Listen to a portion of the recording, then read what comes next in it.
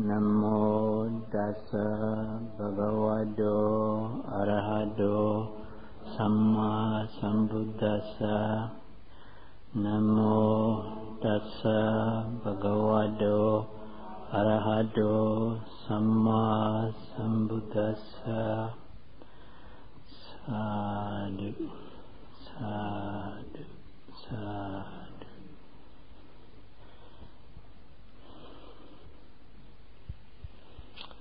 Today is the 1st January 1993, the 4th day of our meditation retreat here.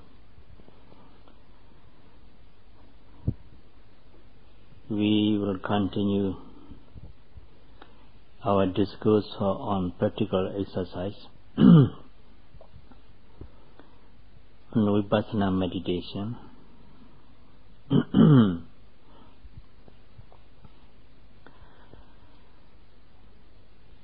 I explain you what does Vipassana means. I think you remember the meaning of the word Vipassana. Did I explain you? When? Not yet. Oh.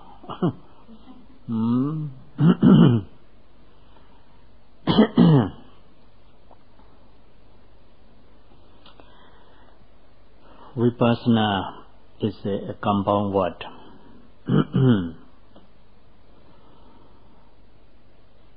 The first word is we. The second is the Vipassana.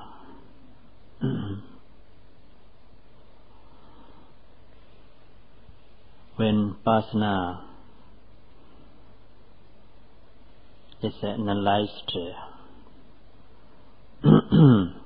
according to the grammar, Pali grammar,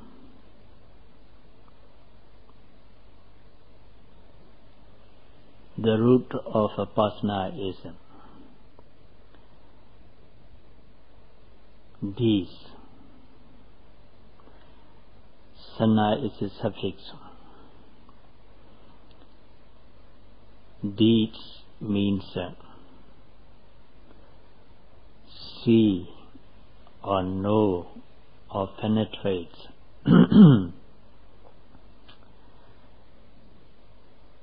When the suffix Vipassana is combined with the root deeds, then deeds becomes a pas. Then it becomes a Vipassana. Then Vipassana means seeing, knowing, penetrating. When we use the word Vipassana, seeing is not ordinary seeing into it. So penetrating into the true nature of a Dhamma, that's the Vipassana. We means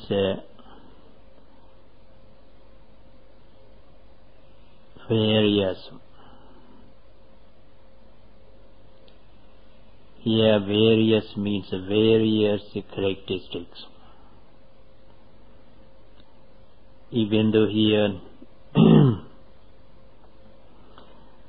the word various is used, it refers to only 3 characteristics. That's anicca, dukkha and anatta. So here we means anicca, dukkha, anatta, impermanence, suffering, impersonal nature, or no soul, no self nature.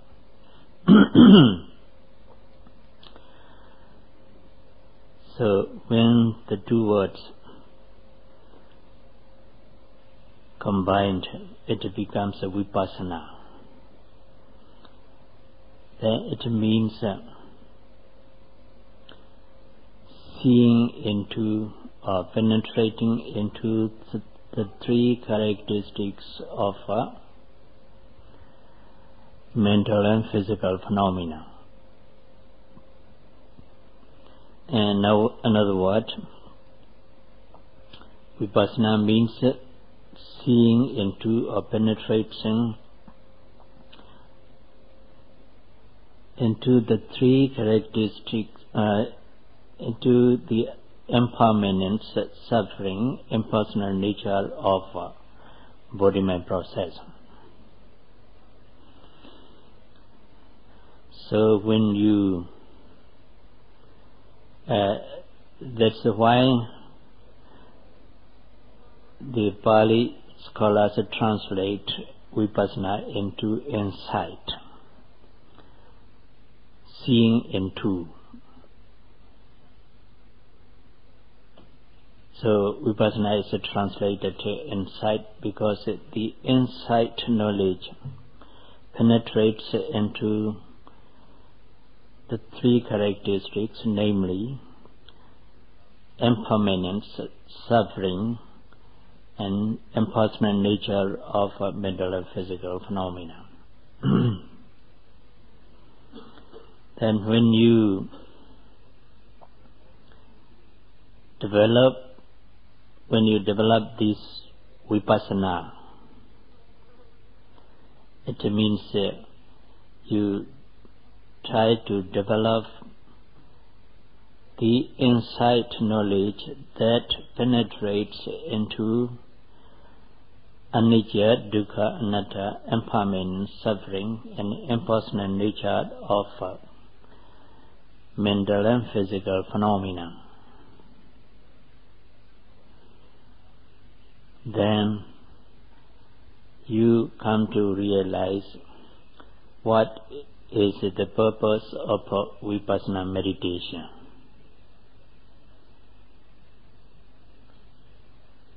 Do you understand what is the purpose of Vipassana meditation?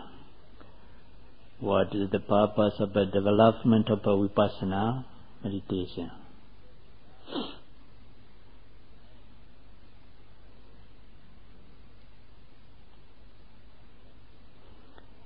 Vipassana means insight that penetrates into impermanence, suffering, impersonal nature of mental and physical phenomena. Then what is the purpose of a Vipassana meditation? What is the purpose of the development of a Vipassana meditation?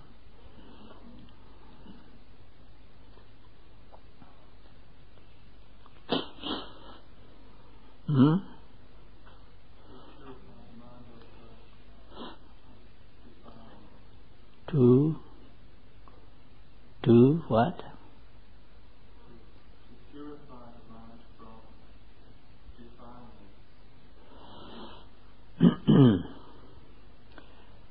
To purify the mind defilements.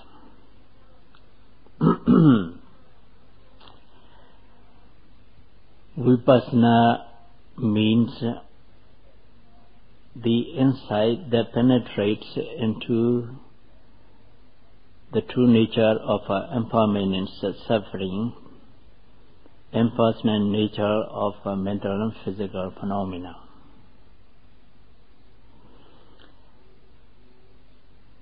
If you have realized the impermanency of any mental process or physical process, do you identify that process with a person, a being, an I or a you? Do you identify it? Do you regard this process, which is impermanent, as a person, a being?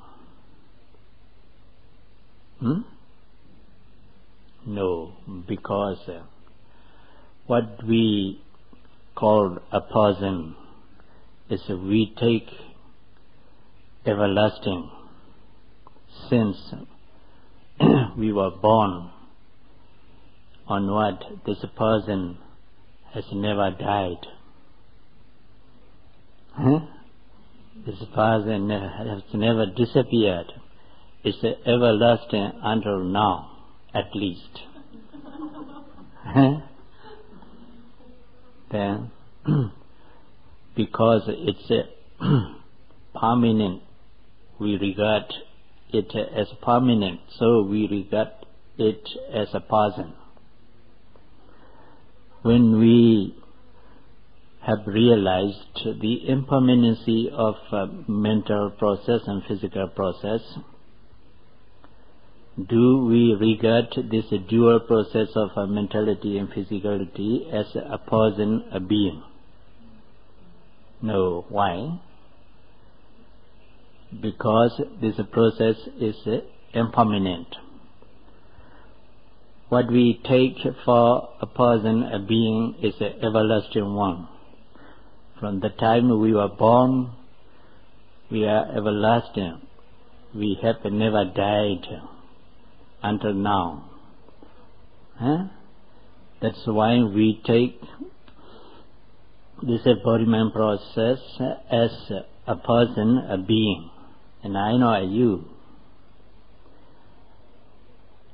If we have realized this embodiment process as just a natural process of arising in person away or impermanent nature,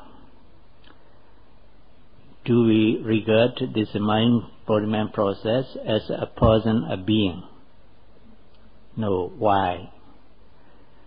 Because we realize its impermanency. It arises and then passes away, so it's impermanent. So it's neither a person nor a being, neither a man nor a woman. Why? Because it's not permanent. It's subject to impermanence.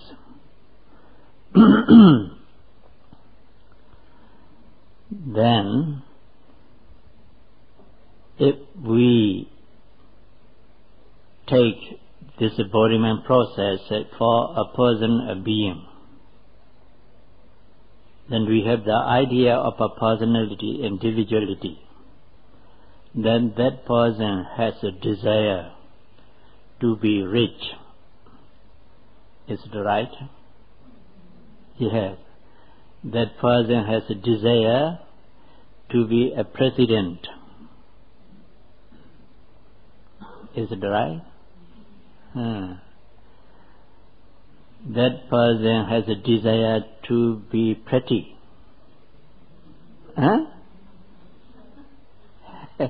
Yes. That person is angry with someone who insult him. This anger, desire arises depending on the idea of a person, a being. Is it right? Yes. So the idea of a person, a being, is the cause of arising of desire and anger. Is it right? So desire and anger are two mental states of all mental defilements. They are included in all mental defilements. Is it right? Because if you have desire, your mind gets defiled. If you have anger, your mind defiled with the anger. So they are defilements, mental defilement, kilesas. Kilesas in Pali. This mental defilement beginning with anger and desire arise dependent on the idea of a person, a being. Is it right? Yes. If there's no idea of a person, a being, there won't arise any defilement at all. Is it right? Yes. When we have realized the impermanency of mental process and physical process, do we regard this dual process as a person, a being? Huh? No, because they are impermanent. What we consider a person, a being, is everlasting entity. But here, none of mental process or physical process is everlasting. They are subject to impermanence. We have rightly understood it through our personal experience by means of a mindfulness meditation. Then there's no person, no being. Neither mental process is a person, nor physical process is a being. Is it right? Why? Because these dual processes are impermanent, arising and then very instantly passing away. Then I'll go to the word Vipassana. Vipassana means the insight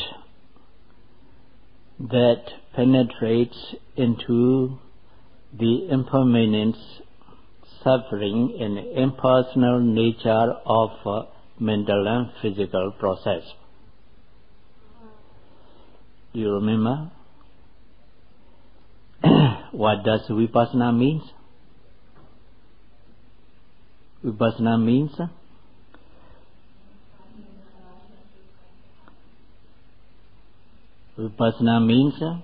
the insight that penetrates into impermanence, suffering, impersonal nature of a body-mind process. If we have realized these three characteristics of a bodily and mental phenomena, do we take this dual process to be a person, a being? Huh? No. Then, when we don't have any idea of a person, a being,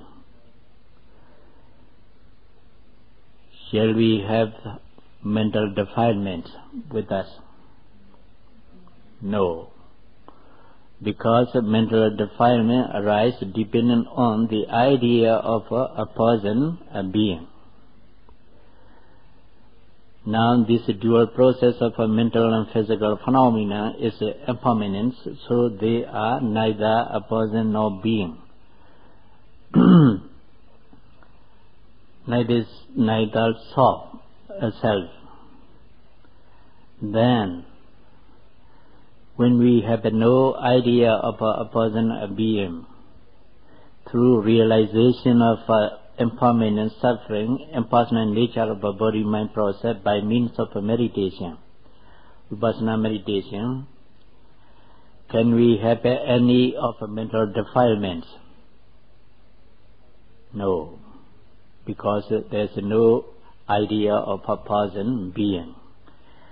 Then mental defilements is destroyed.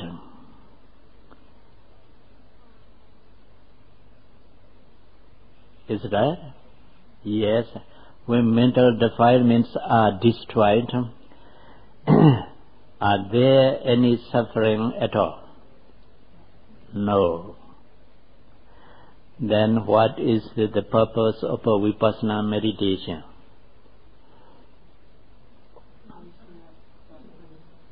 Huh? Yes.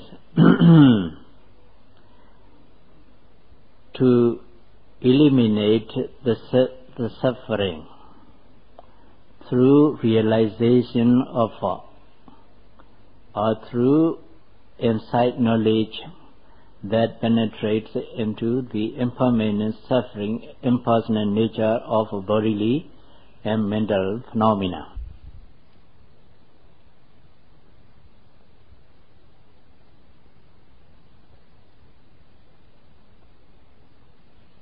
Vipassana meditation to eliminate suffering through realization or through right understanding or through the insight knowledge. But actually, insight knowledge is not enough to destroy the root of all defilement. You have to attain path knowledge also. Magga Jnana. Then to cover up the senses of two Jnana, Magga Jnana and Vipassana Jnana, we use the word realization. Through realization of three characteristics of a mental and physical phenomena. Is it so? What are three characteristics of a mental and physical phenomena? Impermanence, suffering, and impersonal nature. Then let me ask you a question. New. What does the word Vipassana means?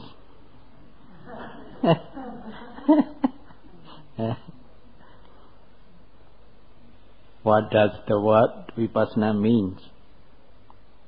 Very old one.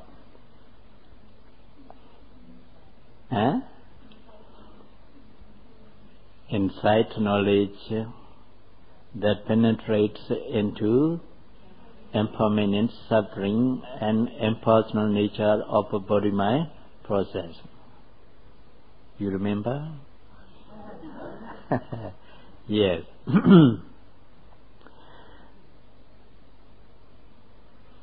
I explained the word Vipassana, the meaning of the word Vipassana, because I would like you to rightly understand the purpose of a Vipassana meditation.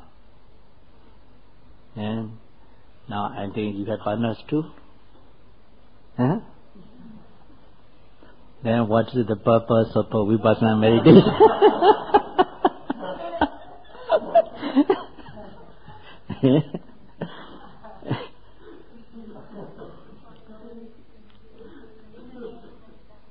Elimination of suffering through realization of impermanence, suffering, impersonal nature of body mind process.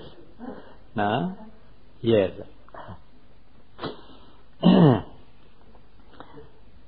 Then, to eliminate suffering, what you need is to destroy all mental defilements.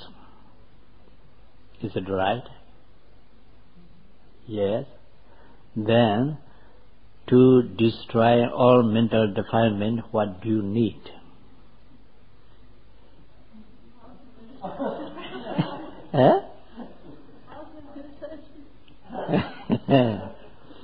Yes.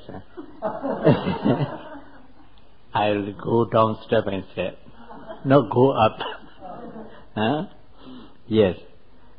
To eliminate all defilements, you need to destroy the idea of a person, a being.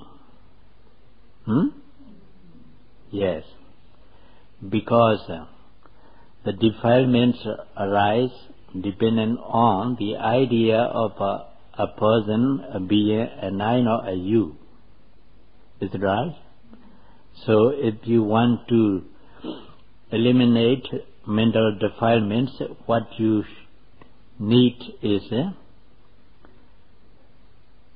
to destroy the idea of what? A person, a being. We call it Sakkaya Ditthi, Atta Ditthi. The idea of a person, a being, is known as Sakkaya Ditthi and Atta Ditthi in Pali. Then, to destroy this idea of a person, a being, what do you need? What do you need to do?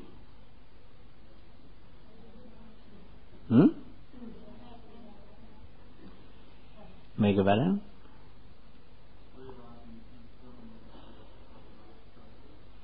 To realize impermanency of a body-mind process, or to realize the three characteristics: impermanence, suffering, and impersonal nature of a body-mind process. In another word, to destroy this idea of a person, a being, you need to rightly understand the true nature of a body-mind process. Is it right? Yes.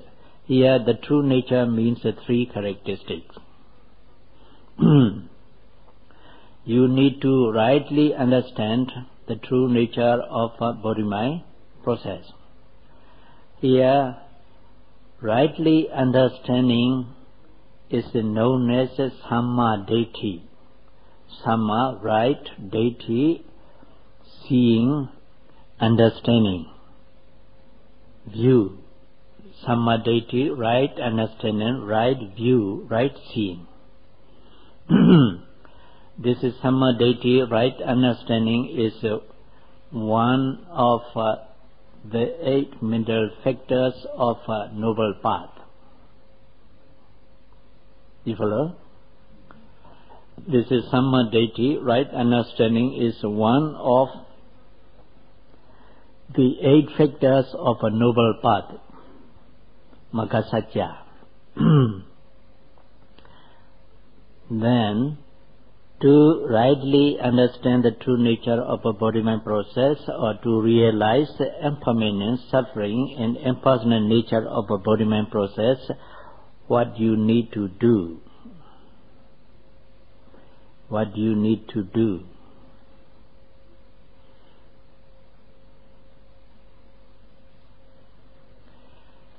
Where do you find these 3 characteristics? In the sky, or in the heaven, or in hell? Where do you find these 3 characteristics?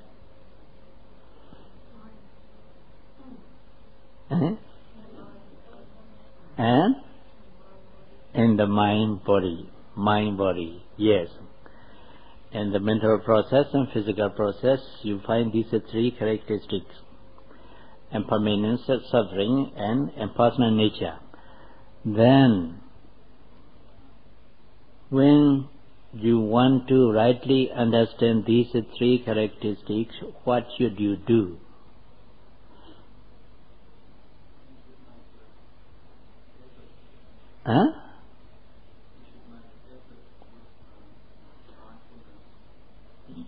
You should make effort to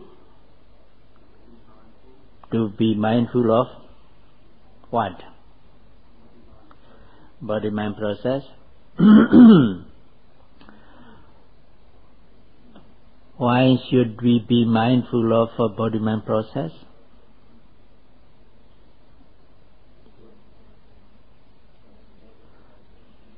Because we want to rightly understand 3 characteristics of a body-mind process. Is it right? Then, when we want to rightly understand these 3 characteristics of body-mind process, what should we do? to be mindful of a body-mind process. How? How should we be mindful of? Yes.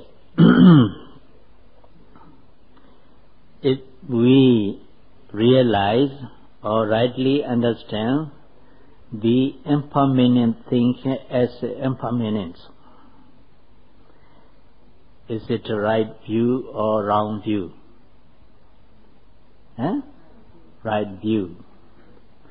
If we realize impermanent thing as impermanence, it's a right view, right understanding. Why? Because we realize it or we see it as it is.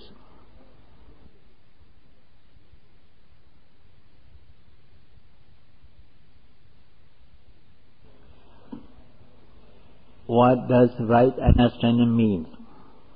Right understanding means understanding something as it is. Is it right? Yes. Right understanding means understanding something as it is. Then another word,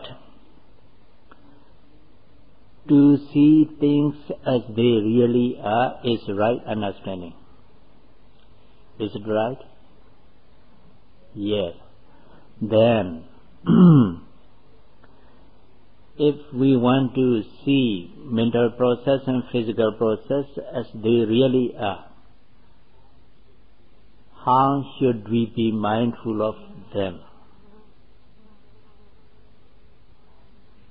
This how is very much important. How should we be mindful of them? Or how should we observe them? How should we see them? How should we be aware of them?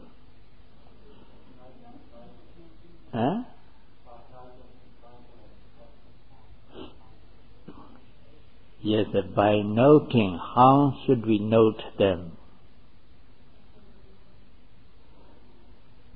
You see, some of the Buddhists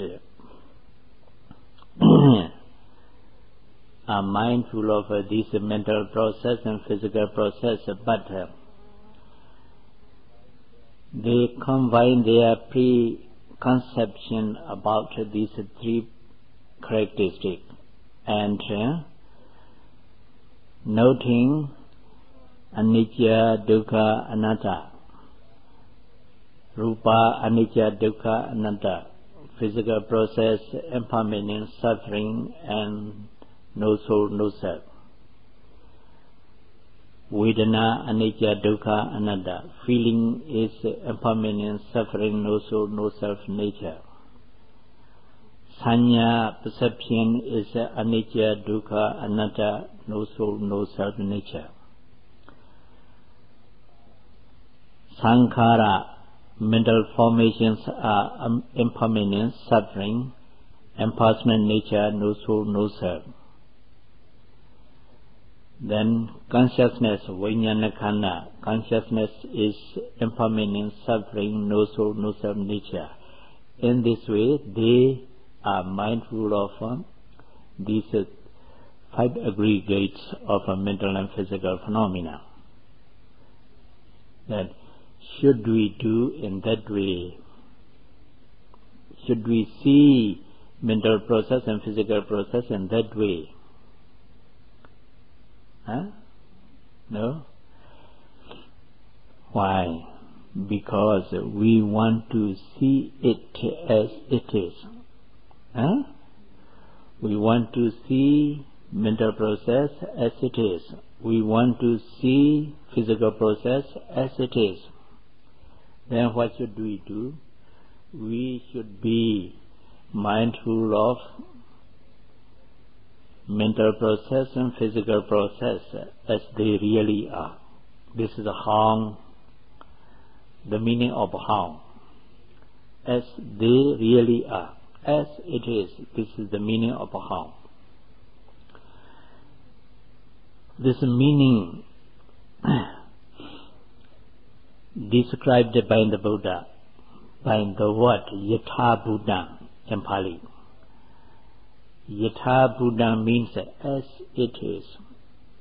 As it is. The Buddha said, Rupam Bhikkhave Yatha Buddham Samapanyaya Dattava. You have understood it? Huh? No? Why? Yes.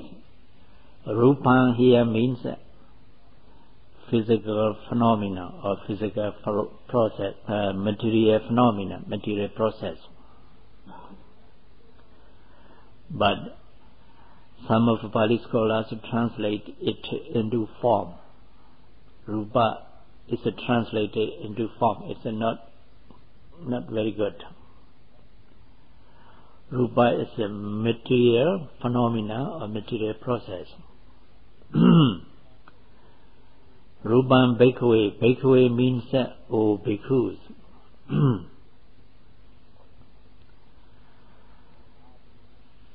Yatha Buddha, as it is.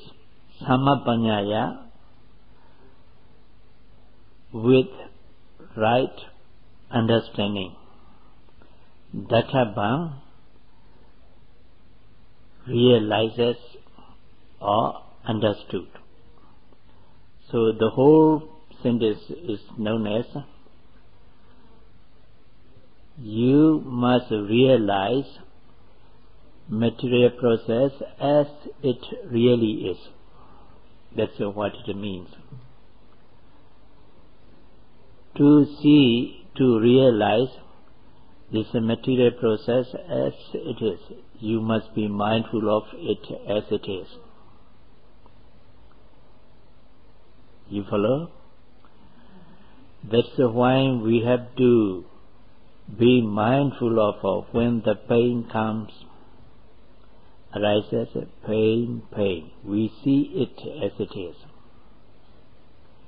We do not drive it away. Do you want to drive it away? Yes.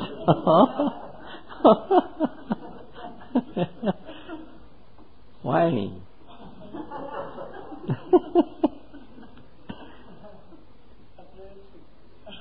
Aversion to the pain. Yes, sometimes you have aversion to the pain. Sometimes you have attachment to the pain. Yes, you see, in Burma, some of the meditators, especially female meditators,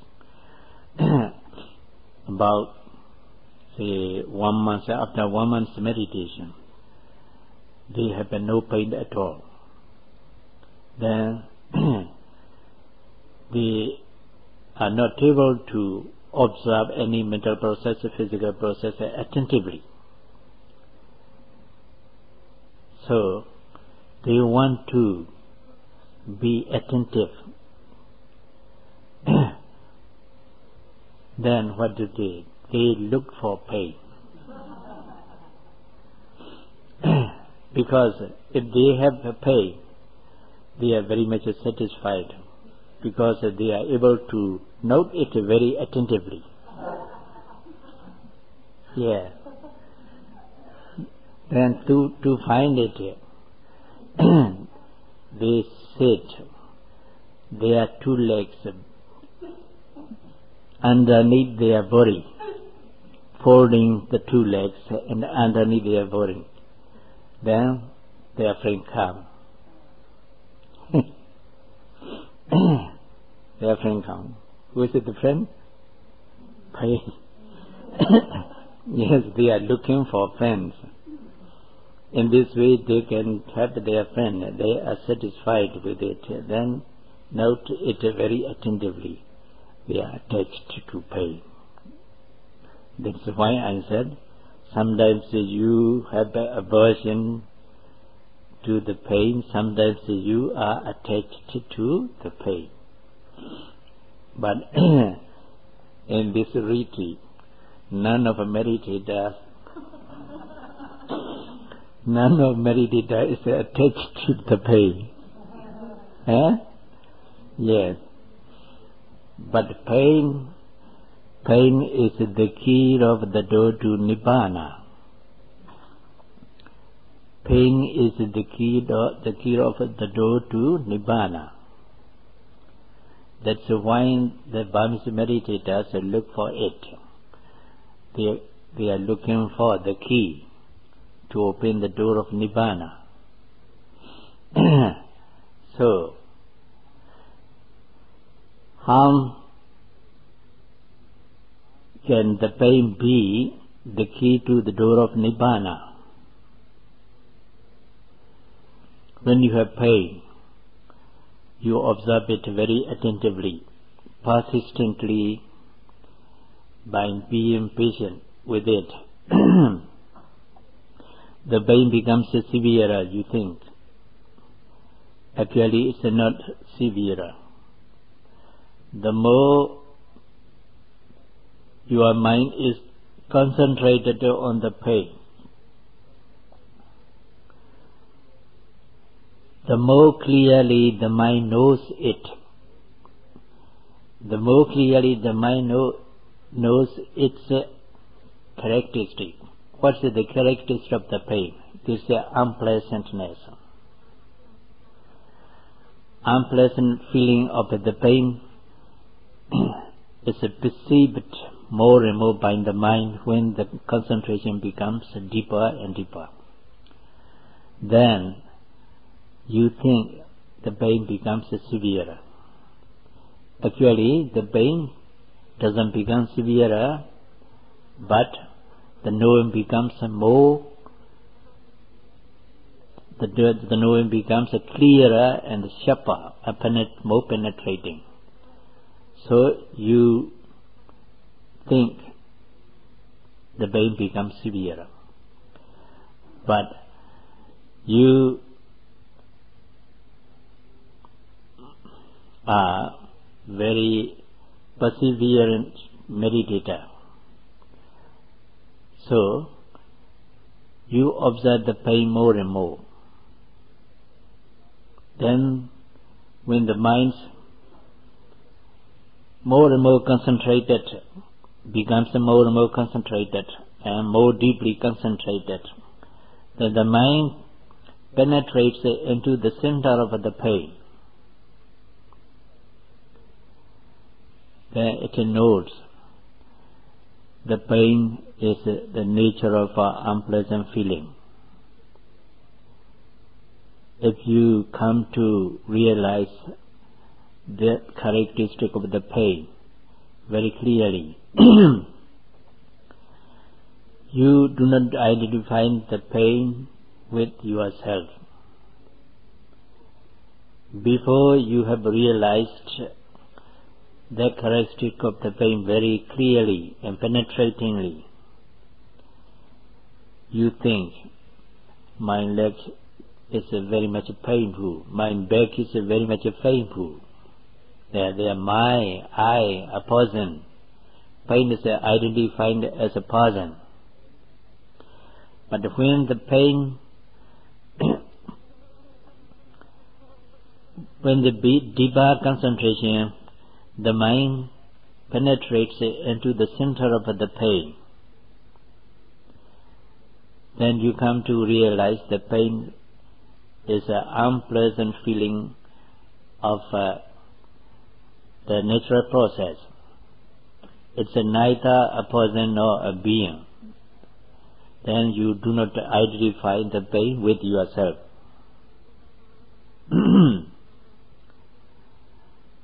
You do not take pain to be a person, a being, and I know, a you. Then you are not affected by the pain. You are happy with the pain because you realize it. Then, when concentration becomes much more deeper, then the pain, that the mind come to realize the pain as the one layers of the pain, one waves of the pain arises and then goes away. Then another waves of the pain comes and goes away. Then another waves of the pain goes away, comes and goes away. In this way, you come to realize the pain is not permanent. Many waves of the pain comes and goes, Those they are impermanent. Then you do not identify it with yourself. Then you do not have any aversion to it. You are not angry with it. Our meditators very easily get angry with the pain because they have not yet rightly understood the true nature of the pain, or the specific characteristic and general characteristic of the pain.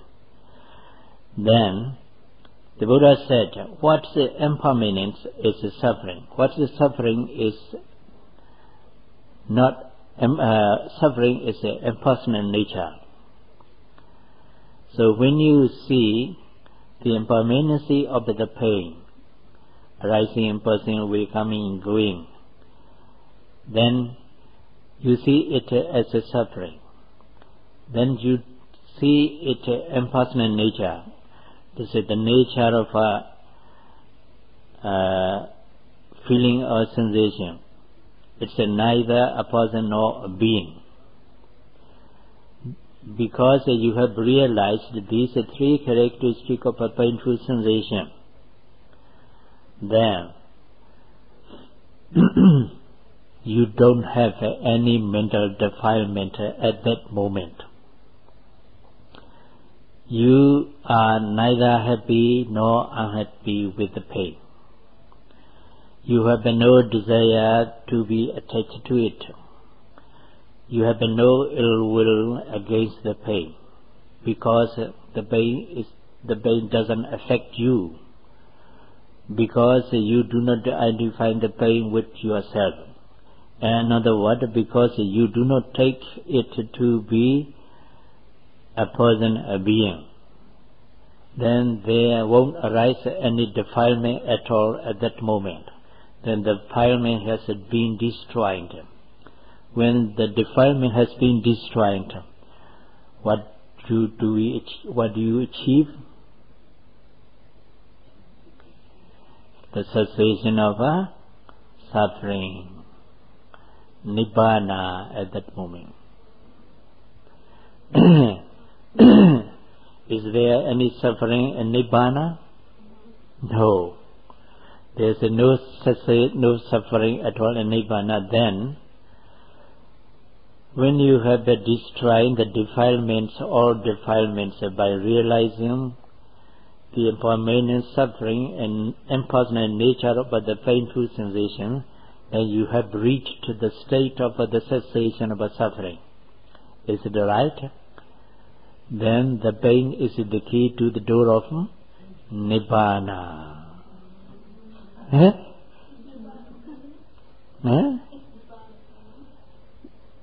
Yes, nibbana is neither mental process nor physical process, so it's permanent.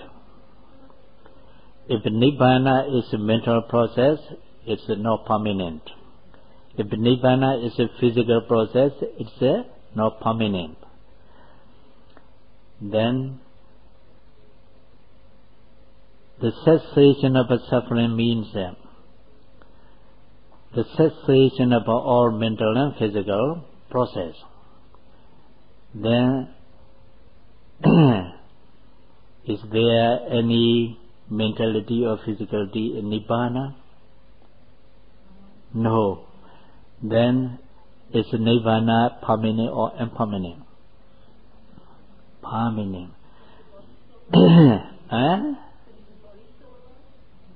Make a button? No, you see, the cessation of all mental and physical process can be attained in this existence. In this existence. So, Nibbana cannot be found out after death.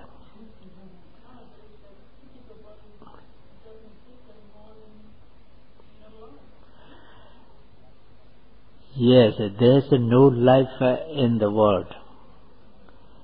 You think there is a life which is everlasting in you. No.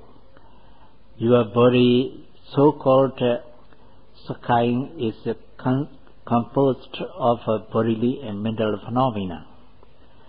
Bodily phenomena is also impermanent. Mental phenomena is also impermanent. Then is there anything everlasting? No. Yes. When you today mind talks went astray.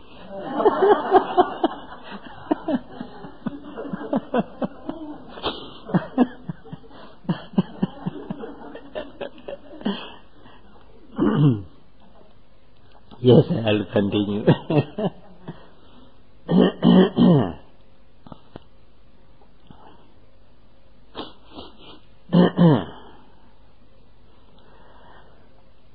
Suppose the Nibbana, the cessation of suffering, can be attained only after death. You need not develop, you need not practice your Vipassana meditation. Yes. So, this cessation of suffering, Nibbana, can be attained through rightly understanding of mental and physical phenomenon and their true nature in this existence. So, it's attainable in this existence if you put enough effort in your practice and devote enough time for your meditation.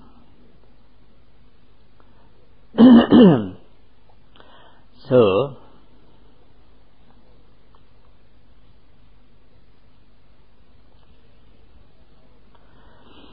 the aim of our Vipassana meditation is to attain the cessation of suffering through rightly understanding of mental and physical phenomena as they really are. That is why we have to observe any mental process or physical process as they really are. Another word,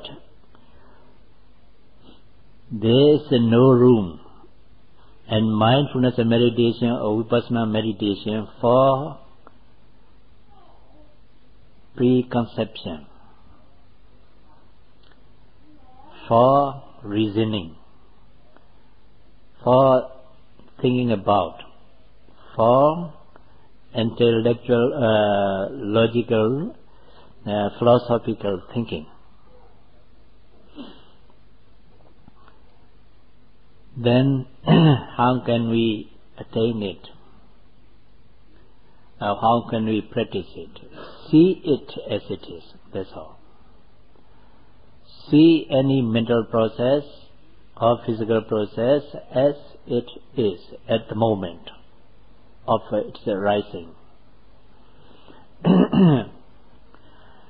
Then, when we are able to observe any mental states or emotional states attentively, effectively, then the Chanmyay doesn't have any reaction to the object. You know that? Yes. When we are able to observe any mental process or physical process attentively and effectively, then the noted mind doesn't have any reaction to the object. Say, suppose we have the anger. Because we don't know the anger is a mental process which should be observed. Then we stay with it. Sometimes they enjoy it. Then the anger becomes stronger. Then the anger changes into actions, verbal actions, physical action. Then it becomes worse. When we know the anger is one of a mental states or emotional state which must be observed, then we observe it. Anger as it is. Anger. Gradually the noted mind becomes more and more powerful because we note it attentively, energetically. Then the anger, the process of the angry mind becomes weak.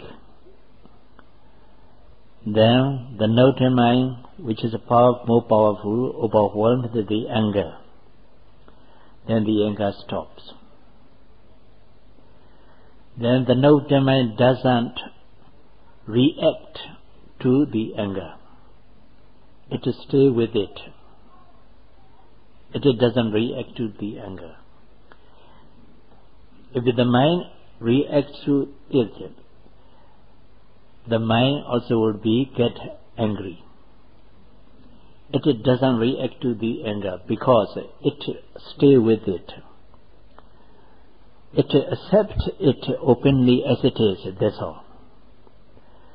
So, mindfulness is called non-reactive awareness. Non-reactive awareness. It's necessary not to react to any object. When the mind doesn't react to any object, you will be happy with it. If the mind react to any object, you won't be unhappy with it. There may be some disadvantage. So, not to react to the object, we have to observe it as it is, that's all. Not to react to the object, we have to observe it as it is, or in its true nature. That is a mindfulness meditation which leads you to the cessation of suffering. You believe.